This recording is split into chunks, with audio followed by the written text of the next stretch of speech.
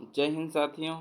मैं आलोक मौर्य आपके अपने चैनल ईवी एकेडमी पर आप सभी का स्वागत करता हूं और ये आशा करता हूं कि आपकी स्टडी बहुत सुचारू ढंग से आगे चल रही होगी। तो आज की हमारी ये क्लास लाइन ग्राफ से होने वाली है। हमारी लाइन ग्राफ से संबंधित एक क्लास पिछली कल हो चुकी है, जिसमें हमने बहुत अच्छे ढंग से क्वेश्चन को सॉल्व किया था और समझा था। आज की हमारी ये क्लास लाइन ग्राफ से संबंधित है, जिसमें हम ये सीखेंगे कि हम देखते हैं कि क्वेश्चन में कह क्या रहा है। विभिन्न शहरों में परीक्षा में बैठने वाले विद्यार्थियों की संख्या, यानी कि विभिन्न शहर हैं जिसमें कोई परीक्षा का आयोजन किया गया है, उसमें विद्यार्थी कितनी मात्रा में बैठे हैं उनकी संख्या को हज़ारों में दर्शाया गया है। यानी कि शहर ए, शहर बी, शहर सी, शहर डी और ई में विभिन्न शहरों में विद्यार्थियों की संख्या कितनी है, 0 से लेकर के 60 तक दर्शाई गई है। तो आगे हम इससे संबंधित क्वेश्चन को देखते हैं। क्वेश्चन नंबर 1 कहता है कि सभी शहरों में कुल मिलाकर अभियोग्यता परीक्षा में बैठने वाले विद्यार्थियों की औसत संख्या, यानी कि शहर ए, बी, सी, डी और ई में सभी में, यानी कि सभी शहरों में मिलाकर कितने परीक्षार्थी बैठे और उनका औसत क्या है, ये हमसे पूछा गया है। तो आज हमने आपसे कल बताया था कि लाइन ग्राफ से संबंधित या बार ग्राफ से संबंधित कुछ क्वेश्चन ऐसे भी होते हैं जिसमें आपको यहाँ पे मान लिखे हुए नहीं मिलते हैं। आपको यहाँ पे जो भी डाटा दिया होता है उसी से रिलेट करना होता है। यानी कि अगर हम देखें, ये जो आपका ये जो पॉइंट्स दिए गए हैं इनके मान नहीं हैं, लेकिन हमने आपसे बताया था कि अगर वो नहीं देता है तो हम हमेशा बीच वाला मान मानते हैं। यानी कि अपने एग्ज़ाम में पेपर देते टाइम हम अपने बुकलेट में इन सभी का मान एक बार लिख लेंगे, जिससे हमको बार बार मैच कराने के लिए दिक्कत नहीं होगी। तो देखते हैं कि ये पॉइंट 40 पे है तो हमने यहाँ 40 लिख दिया। ये 35 और 30 के बीच में है, 35 और 30 के बीच में है, तो इसको कितना लिखेंगे, 32.5। ये आपका 15 और 20 के बीच में है तो इसको लिखेंगे 17.5। और ये आपका 40 और 45 के बीच में है, इसलिए इसको लिखेंगे 42.5। ये आपका 35 पे है तो इसको हम लिखेंगे 35। मैं स्क्रीन पे करा रहा हूँ, इसलिए मैं जब बार बार क्वेश्चन को नेक्स्ट करूँगा तो मुझे बार बार लिखना पड़ेगा, लेकिन आप अपने बुकलेट में अगर इसको नोट डाउन कर लेते हैं तो ये आपके लिए और आसान हो जाता है। तो हम देखते हैं, क्वेश्चन कह रहा है कि सभी शहरों में कुल मिलाकर अभियोग्यता परीक्षा, यानी कि अभियोग्यता जो परीक्षा हो रही है में बैठने वाले विद्यार्थियों की औसत संख्या पूछा है। तो औसत निकालने का हम लोग एवरेज निकालने का सिंपल तरीका हम जान गए हैं कि सभी पदों को जोड़ लें, फिर जितने पदों को जोड़े रहेंगे उतने पदों का, यानी कि पदों की संख्या बटे पदों का योग बटे पदों की संख्या। यानी कि अगर हम जोड़ें 40 प्लस 32.5 प्लस 17.5 प्लस 42.5 और प्लस 35, ये जोड़ लिया। अब देखेंगे कितने पद हैं, 1 2 3 4 5, यानी कि 5 पद से हम डिवाइड कर देंगे। इसको जब हम ऐड करेंगे ऊपर आएगा 167.5 अपान 5। इसको हम 5 से डिवाइड करते हैं तो 5 से 3 बार में कटेगा, फिर 5 से 3 बार में, फिर 5 से 5 बार में। 33.5 आ गया। तो हमसे ये पूछा है बैठने वाले विद्यार्थियों की औसत संख्या, यानी कि जो संख्या पूछा है ये 33.5 आ गया। लेकिन जो ने पिछले फिगर में हम देखेंगे दिया था कि ये विद्यार्थियों की जो संख्या है ये हज़ारों में है, ये विद्यार्थियों की संख्या हज़ारों में है, इसलिए हम यहाँ पे क्या करेंगे 33.5। अगर हम इसका दशमलव हटाएंगे तो नीचे क्या करेंगे 10 से गुणे, क्योंकि हमको मान 1000 में दे रहा है इसलिए हम 1000 से गुणा भी कर देंगे। तो यहाँ से ये 0 से 0 कैंसिल हो गया, और ये दशमलव हटाने के लिए हमने नीचे 10 लिखा था, यानी कि एक अंक के बाद दशमलव है इसलिए नीचे 10 से भाग होगा। अगर 2 अंक बाद होता दशमलव तो नीचे 100 से भाग होता। तो ये हो गया 33 और ये डबल 0, यानी कि 33,500 इसका औसत आ जाएगा, 33,500। नेक्स्ट क्वेश्चन कह रहा है, सबसे पहले तो हम इसको लिखते हैं, ये आपका है 40, ये आपका है 32, ये आपका है 17.5, ये 42.5, ये आपका 35। हमें बार बार लिखना पड़ेगा, लेकिन आप अपने बुकलेट में अगर लिख लेते हैं या फिगर में एक बार बना लेते हैं तो उससे और आसानी होगी आपको। शहर सी तथा डी से कुल परीक्षा में बैठने वालों की संख्या का शहर ए, डी तथा ई से कुल इस परीक्षा में बैठने वालों की संख्या से क्रमशः अनुपात क्या है। यानी कि शहर सी और डी की कुल संख्या और शहर ए, डी, ई से कुल संख्या का अनुपात पूछा है।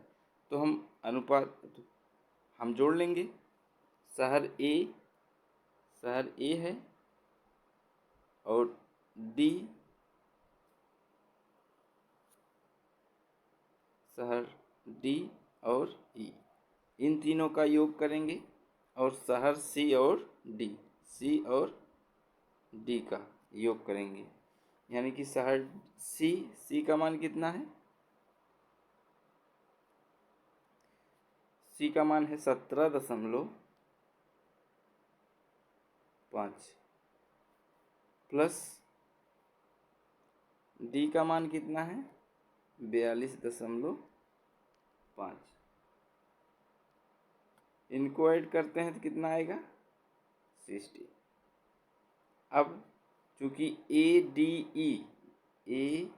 प्लस डी प्लस ई इनका भी मान निकालना है, तो ए का मान है 40, फिर 42.5, फिर आएगा प्लस 35, ई का मान कितना है 35। इन सभी को ऐड करते हैं तो हमारा आता है 117.5। हमसे पूछा क्या था सी और डी, तो सी और डी का मान ये रहा, ए डी ई का मान ये रहा। अब इन दोनों का अनुपात का मतलब बटे कर लेंगे, इनका अनुपात निकालेंगे हम 60/117.5। तो इसमें जब हम देखते हैं ये यहाँ पे दशमलव है, तो दशमलव हटाने के लिए ऊपर क्या करेंगे 10 से गुणा करेंगे। तो जब ऊपर 10 से गुणा करेंगे ऊपर 600 हो जाएगा बटे 1175। इसको 25 से काटेंगे, 25 दूना 50, और यहाँ पे बच्चा 10, 100 हो गया, 25 चौका 100।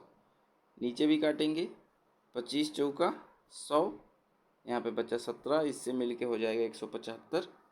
तो 25 सत्ते 175, यानी कि आ गया 24/47।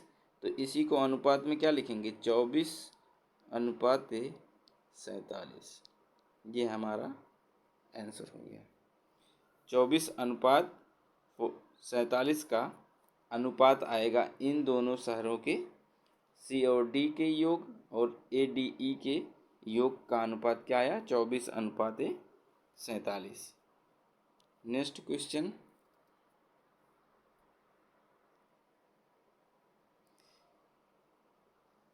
कह रहा है किस शहर में अपने पिछले शहर से परीक्षा में बैठने वाले विद्यार्थियों की संख्या नहीं घटी।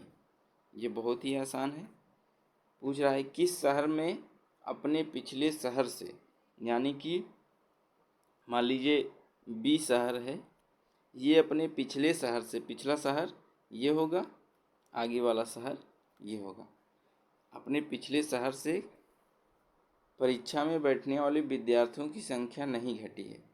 तो ए में विद्यार्थी 40,000 थे, लेकिन बी में कितने रह गए, 32,500, यानी कि इसमें क्या हुआ है, कमी हुआ है। अगर देखें बी की वजह से ए का तो मान नहीं निकाल पाएंगे, इस ए घटा है कि बढ़ा है, क्योंकि इसके आगे मान नहीं दिया गया है, इसके पहले वाला मान। लेकिन बी के पहले ए दिया गया है, सी के पहले बी दिया गया है, डी के पहले सी और ई के पहले डी, तो इन सभी के मान हम निकाल सकते हैं। तो देखेंगे कि बी से पहले भी क्या मान, बी का मान ज़्यादा था, ए का मान ज़्यादा था, फिर बी कम हो गया, यानी कि इसमें घटा है। और हमसे पूछा है नहीं घटा है, वो कौन सा शहर है जिसमें मान नहीं घटा है। अगर हम सी की अपेक्षा देखें तो सी क्या है, सी से पहले बी है, तो बी का मान ज़्यादा था, सी आज कम हो गया, यानी कि ये भी घटा है। अगर हम डी को देखें, डी आज लगभग 42,000 है, 42,500, और सी क्या था, 17,500, यानी कि सी से डी का मान क्या हुआ है, बढ़ा है। तो डी ही एक ऐसा शहर है। अब यहाँ पे ई भी देखें, ई भी क्या, ई से पहले वाला शहर का मान क्या है, बड़ा था, और ये घट गया, यानी कि ये भी कम हुआ है। लेकिन सिर्फ डी ही एक ऐसा शहर है, डी, जिसका मान क्या हो रहा है, विद्यार्थियों की संख्या नहीं घटी है, यानी कि हमारा राइट आंसर क्या हो जाएगा, ऑप्शन नंबर डी।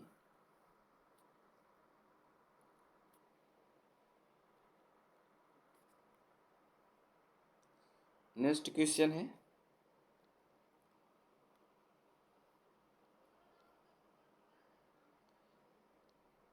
शहर ई से अभियोगिता परीक्षा में बैठने वालों की संख्या का सभी शहरों से इस परीक्षा में बैठने वालों की संख्या से लगभग कितने प्रतिशत है।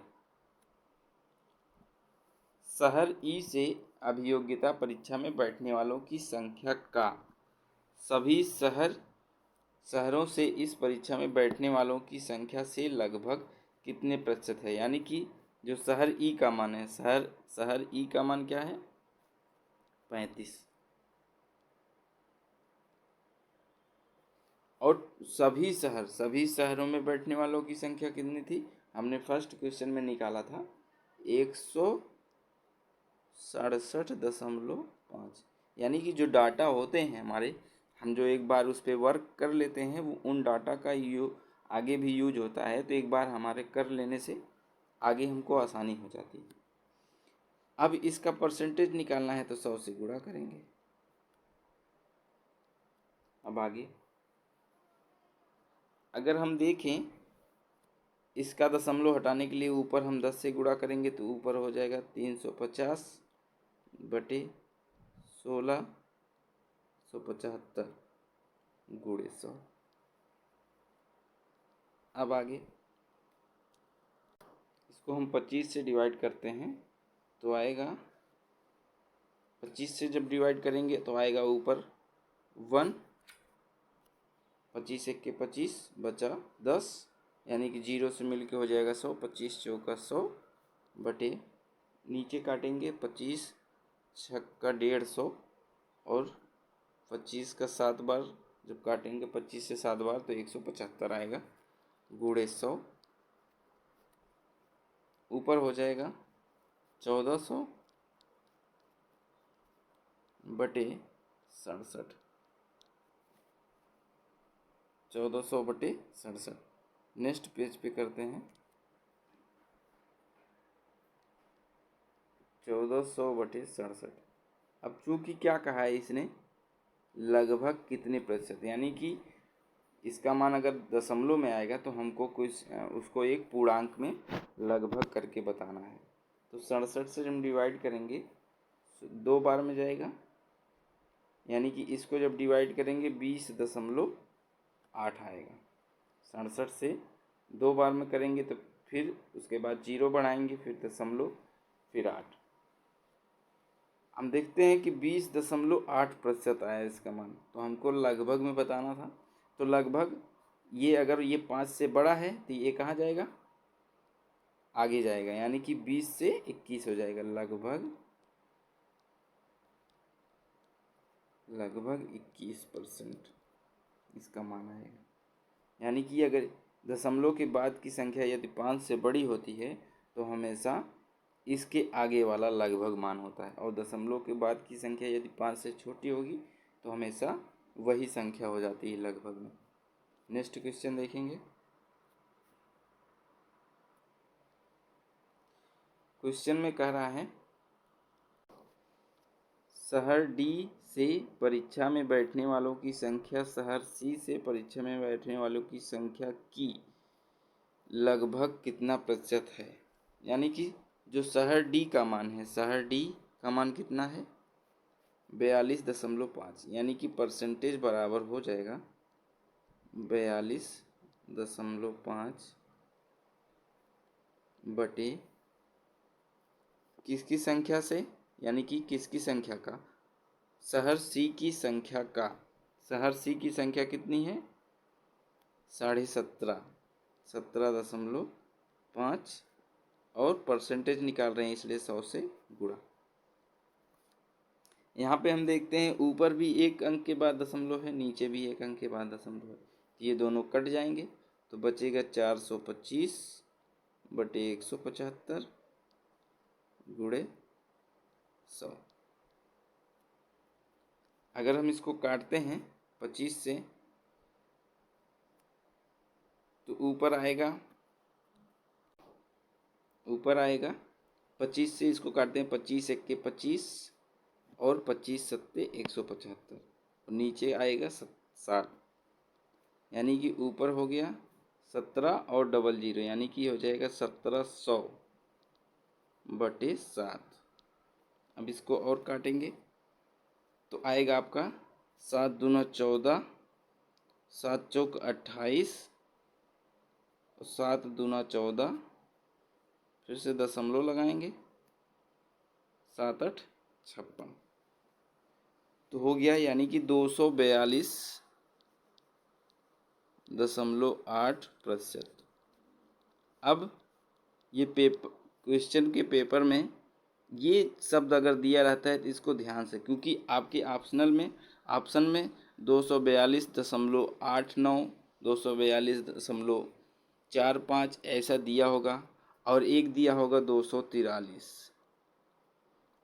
तो इस लगभग लिखने की वजह से आपका आंसर तो 243 होने वाला है, इसलिए अगर आप दशमलव में मान लाए हैं तो वो भी आपका सही नहीं होगा। तो हम देखेंगे 242.8% को इसको लगभग में बताना है, तो लगभग का मान क्या होता है, अगर ये दशमलव के बाद वाली संख्या 5 से बड़ी है तो हमेशा लगभग वाले मान क्या होता है, उसके आगे वाली संख्या, यानी कि लगभग हो जाएगा 243%।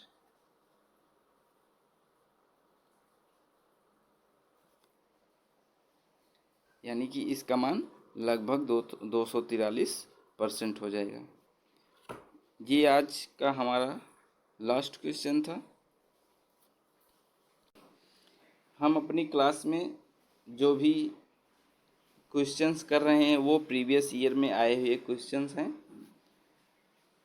तो मैं समझ रहा हूँ कि आपकी तैयारी बहुत अच्छे ढंग से चल रही होगी। आप इस क्वेश्चन को पूरा देखेंगे और खुद से भी एक बार वीडियो देखने के बाद आप लोग खुद से भी एक बार किया करिए कि आप क्वेश्चन को सॉल्व कर पा रहे हैं कि नहीं।